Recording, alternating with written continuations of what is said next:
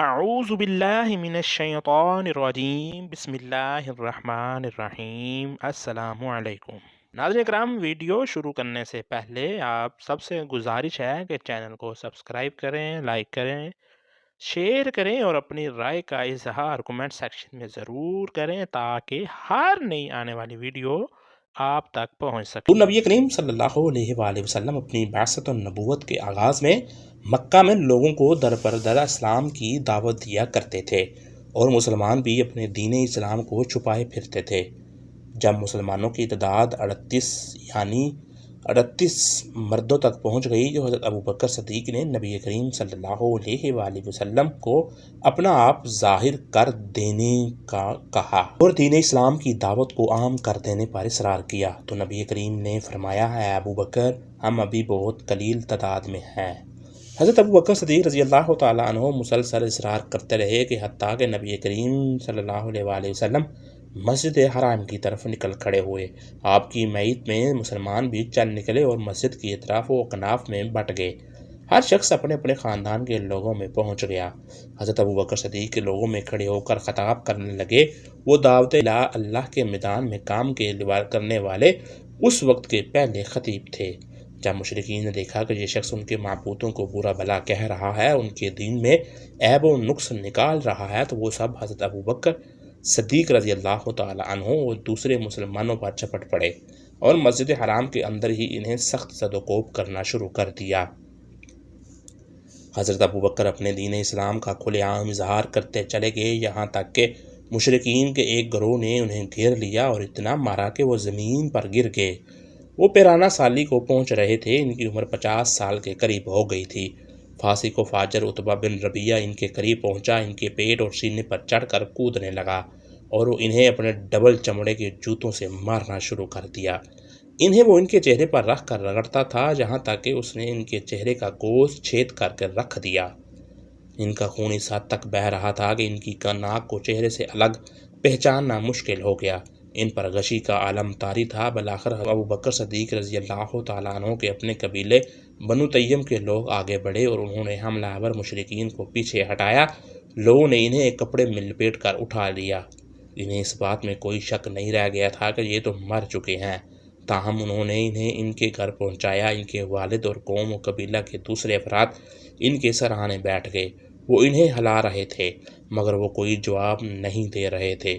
جب دن کا آخری پہر ہو گیا، شام کے سارے سائے بڑھنے لگے تو انہیں کچھ افاقہ ہوا، تو انہوں نے اپنی آنکھیں کھولیں اور ان کی زبان سے نکلنے والے پہلا جملہ یہ تھا، نبی کریم صلی اللہ علیہ وآلہ وسلم کا کیا حال ہے؟ یہ سن کر ان کی والد، جو بھی ابھی مسلمان نہیں ہوئے تھے، سخت ناراض ہوئے، انہیں برا بھلا کہا اور پھر وہاں سے نکل گئے۔ تب ان کی والدہ ان کے سرانے سے جڑ کر بیٹھ گئیں اور وہ انہیں کچھ کھلانے پلانے کی کوشش اور اصرار کرتی رہی، لیکن ان کی زبان سے صرف یہی ایک جملہ بار بار نکل رہا تھا، نبی کریم صلی اللہ علیہ وآلہ وسلم کا کیا ہوا؟ آپ صلی اللہ علیہ وآلہ وسلم کا کیا حال ہے؟ آپ کی والدہ نے کہا، اللہ کی قسم مجھے تمہارے ساتھی کے بارے میں کوئی علم نہیں ہے۔ انہوں نے اپنی والدہ سے کہا وہ حضرت ام جمیل بنت خطاب رضی اللہ تعالی عنہا کے پاس جائے اور ان سے آپ صلی اللہ علیہ وآلہ وسلم کا حال دریافت کرے۔ حضرت ام جمیل رضی اللہ تعالی عنہا اسلام لا چکی تھیں، مگر دوسروں کی طرح وہ بھی اپنے اسلام کو چھپائے ہوئے تھیں۔ حضرت ابوبکر صدیق ان کی رضی اللہ تعالی عنہ کی والدہ اپنے گھر سے روانہ ہوئیں، حضرت ام جمیل کے گھر گئیں، ان سے یوں گویا ہوئیں کہ ابوبکر نے تم سے محمد بن عبداللہ کی خیریت دریافت کرنا چاہی ہے۔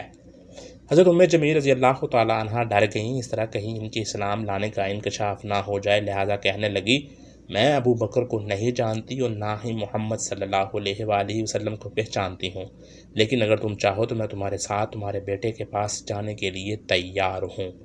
حضرت ابوبکر صدیق رضی اللہ تعالیٰ عنہ کی والدہ نے کہا، ہاں ٹھیک ہے۔ حضرت ابوبکر صدیق رضی اللہ تعالیٰ عنہ کی والدہ نے کہا، ہاں ٹھیک ہے، وہ ان کے ساتھ چل دیں۔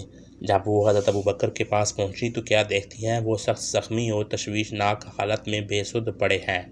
چہرے کا گوشت جگہ جگہ سے پھٹا ہوا ہے اور خون جاری ہے، اور یہ منظر دیکھ کر وہ رونے لگی اور کہنے لگی، تمہاری قوم نے تمہیں مار مار کر تمہارا یہ حال کر دیا ہے، اللہ کی قسم وہ لوگ بڑے ہی فاسق و فاجر اور کافر ہیں، مجھے امید ہے اللہ ان سے تمہارا انتقام ضرور لے گا۔ ان کی آواز سن کر حضرت ابوبکر صدیق کی طرف متوجہ ہوئے اور کہنے لگے، اے ام جمیل، رسول اللہ کی کیا خبر ہے؟ ام جمیل نے حضرت ابوبکر کی والدہ کی طرف دیکھا جو ابھی مسلمان نہیں ہوئی تھیں۔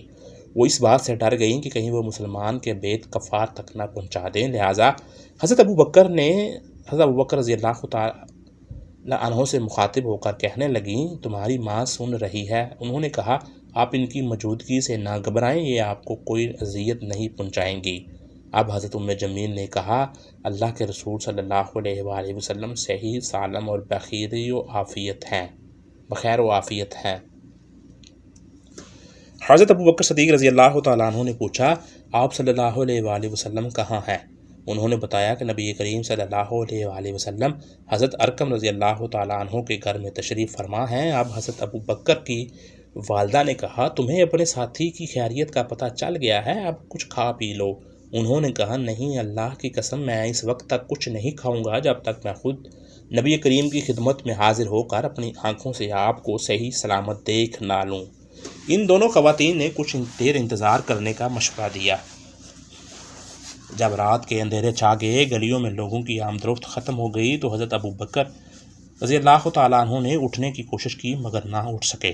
اب ان کی والدہ اور حضرت ام جمیل نے انہیں پکڑا اور ان کے سہارے گھر سے روانہ ہوئے، حتیٰ کہ انہوں نے انہیں نبی کریم صلی اللہ علیہ وآلہ وسلم کی خدمت میں حاضر کر دیا۔